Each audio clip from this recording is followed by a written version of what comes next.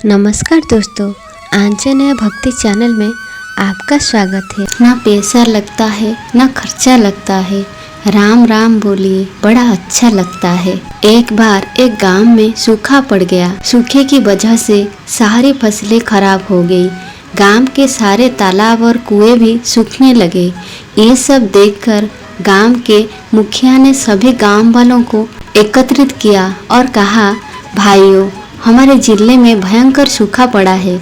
कुआं और तालाबों में कुछ ही दिन का पानी बचा है। ऐसे में अब अगर हमने कुछ नहीं किया तो सब मर जाएंगे।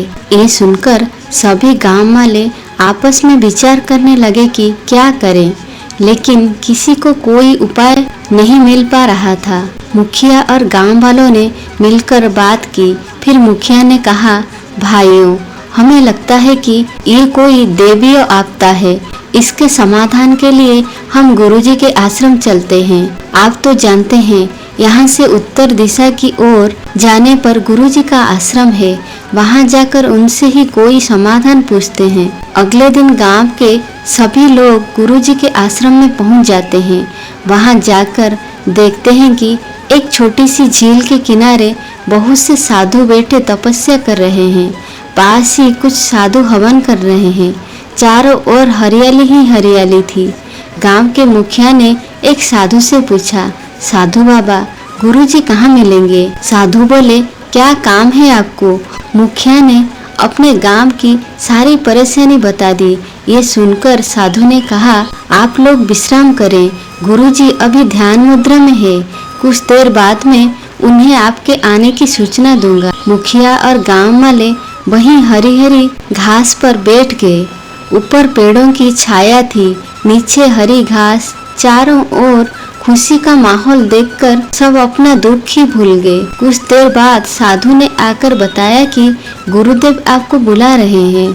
मुखिया और कुछ लोग गुरुजी की कुटिया में पहुंच गए। उन्होंने दंडवत गुरुजी को प्रणाम किया। गुरुजी बोले, बताइए क्या कष्ट है? आप सब यहाँ किस लिए पधारे हैं? मुखिया ने सारी बात बता दी। गुरुजी ने कहा, ये तो प्रभु की इच्छा है, मैं इसमें क्या कर सकता हूँ। जिस जीव का समय पूरा हो जाता है वह भगवान की शरण में चला जाता है।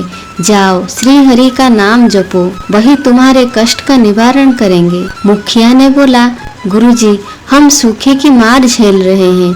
फसलें हमारी नष्ट हो चुकी है। हमारा परिवार भूखा मर रहा है। आप भगवान का नाम जपने की बात कर रहे हैं। ऐसे में भगवान का नाम कैसे जप सकते हैं? ये सुनकर गुरुजी हंसने लगे। अच्छा तो ठीक है, मैं तुम्हें अपने आश्रम के सबसे छोटे साधु, जिसकी उम्र 5 वर्ष है, उसे तुम्हारे साथ भेज देता हूँ।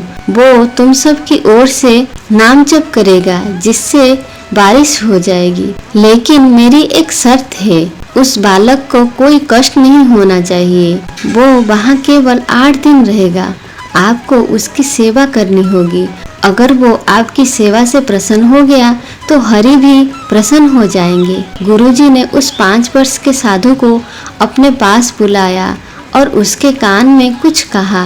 वह बालक साधु हंसते हंसते गांव वालों के साथ चल दिया। गांव में जाकर उसने एक पीपल के पेड़ के नीचे अपना आसन जमा लिया और हरि नाम का जाप शुरू कर दिया। सभी गांव वाले उसके लिए तरह तरह के फल, मिठाइयाँ, दूध, दही लेकर उसके पास पहुँचने लगते हैं। कोई अपने घर से दरी चादर लेकर पहुँचता है, लेकिन वह छोटा साधु केवल हरि का नाम जप करता रहता है।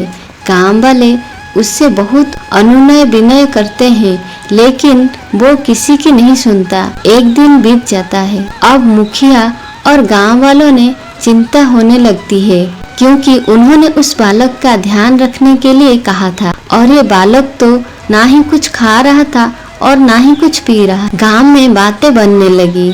हर घर में यही बात होने लगी। औरत आपस में बात करती, अरे वो छोटा सा बालक तो केवल हरी हरी जपता रहता है, समझ नहीं आता क्या करें।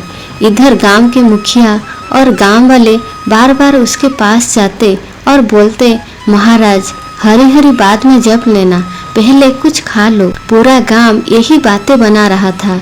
इसी तरह 7 दिन बीत जाता है। सभी गांव वाले बालक के समीप बैठकर रोने लगते हैं और प्रार्थना करने लगते हैं, महाराज हमें बारिश नहीं चाहिए, लेकिन आपको कुछ हो गया तो हम गुरुजी को क्या मुंह दिखाएंगे, इसलिए हरी हरी छोड़कर कुछ खा लीजिए। पूरा गांव बैठ यही प्रार्थना करने लगता है, हे प्रभु, हे हरि, हे प्रभु, हे श्री हरि, इस बालक का उपवास पूरा करवा दीजिए। पूरी रात बैठने के बाद सुबह काले काले बादल उमड़ आए और कुछ ही देर में झमाझम बारिश होने लगी। लेकिन गांव वाले बारिश भूलकर वह बालक भीग न जाए, इसीलिए वे बांस खड़े करके छप्पर बनाने में लग गए। मुखिया ने बोला, हे प्रभु श्री हरि, हम तो पहले से ही परेशान थे, आपने बारिश और करा दी, इस बारिश को बंद कर दीजिए, कहीं ये भूखा बालक बारिश में भीग गया, बहुत चिंता बढ़ जाएगी। ये सब देखकर उस साधु बालक ने आंखें खोल दी और कूदकर खड़ा हो गया और बोला, मेरा काम हो गया, आपके गांव में बारिश हो गई, अब मैं चला। ये बालक आगे आगे चल रहा था। पूरा गांव उसके पीछे पीछे आश्रम तक पहुंच गया। गुरुजी बोले, मुखिया जी आपकी परेशानी खत्म हो गई, अब क्यों आए हो? मुखिया और पूरा गांव गुरुजी के पैरों में गिर गए। मुखिया ने कहा, गुरुजी आपके इस नन्हे साधु ने तो कुछ खाया और कुछ न पिया, केवल हरि हरि का जाप करता रहा, हमें तो कुछ भी ध्यान नहीं रहा, हम तो इसे बचाने में लगे रहे, हमारे कारण इसे बहुत कष्ट हुआ, हमें क्षमा कर दीजिए। गुरुजी बोले, इस बालक को मैंने ही उपवास करने के लिए कहा था, ये तो कई महीनों का उपवास रख सकता है, यहाँ तो केवल 8 दिन ही हुए थे। अब दूसरी बात सुनो।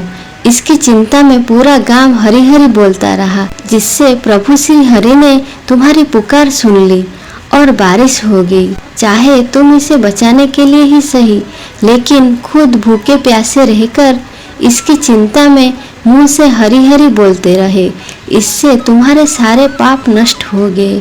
अब जाकर अपना जीवन सुख से जियो। मुखिया बोला, गुरुजी जो बात आप हमें समझाना चाह रहे थे कि हरि नाम का जाप करो, वो इस तरह से समझाई कि हमें बारिश भी बुरी लगने लगी। अब ये पूरा गांव श्री हरि का जाप करता रहेगा। जिस पेड़ के नीचे बैठकर हमारे नन्हे से साधु ने जाप किया है, वहाँ श्री हरि का एक मंदिर बनाया जाएगा। गुरुजी से आशीर्वाद लेकर सभी गांव वाले वापस आकर श्री हरि का नाम जपते हुए जीवन बिताने लगे। लाइक, शेयर और सब्सक्राइब। जय श्री राम।